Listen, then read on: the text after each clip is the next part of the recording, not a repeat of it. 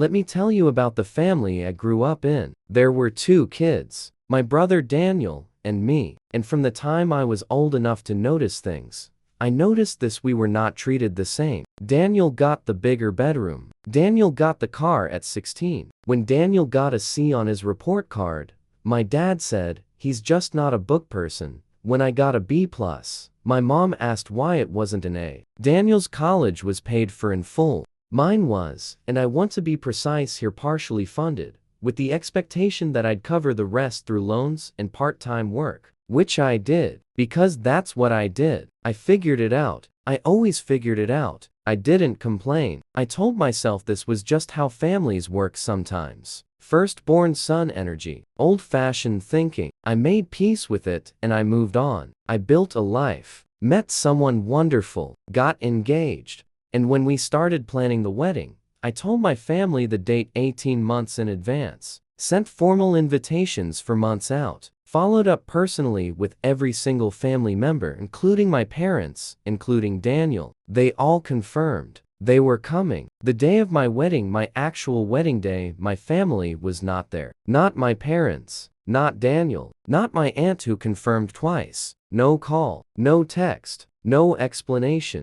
just empty seats on my side of the aisle. My husband held my hand and said, "It's okay, we have each other," and he was right. The wedding was beautiful. Our friends showed up. The people who actually loved us showed up. But I'd be lying if I said those empty seats didn't sit somewhere in my chest for the rest of that day. I didn't reach out to them after. I waited to see if they would come to me. 3 weeks went by, not a single word. And then my mom called, cheerful voice, like nothing had happened, like we'd just spoken last Tuesday and everything was fine. "Honey, I wanted to talk to you about Daniel's wedding. He and Ashley have set a date and they're starting to think about the budget, and you know how these things add up."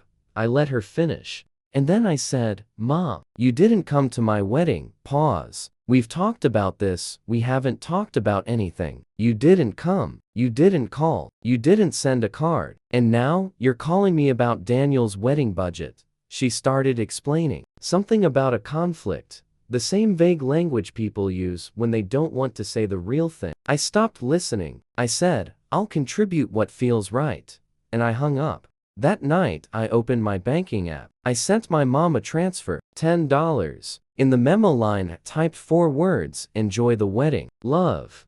Then I put my phone down, went to the living room where my husband was watching TV, sat next to him, and didn't say anything for a while. He looked at me. I said, "I'm done." He nodded. He already knew. I went back to my phone and blocked my mom's number, then my dad's, then Daniel's. I heard through a cousin that it did not go over well. Apparently there were calls made, messages sent to numbers that no longer worked, a family group chat that got very loud for about a week. My cousin texted me, "They're really upset."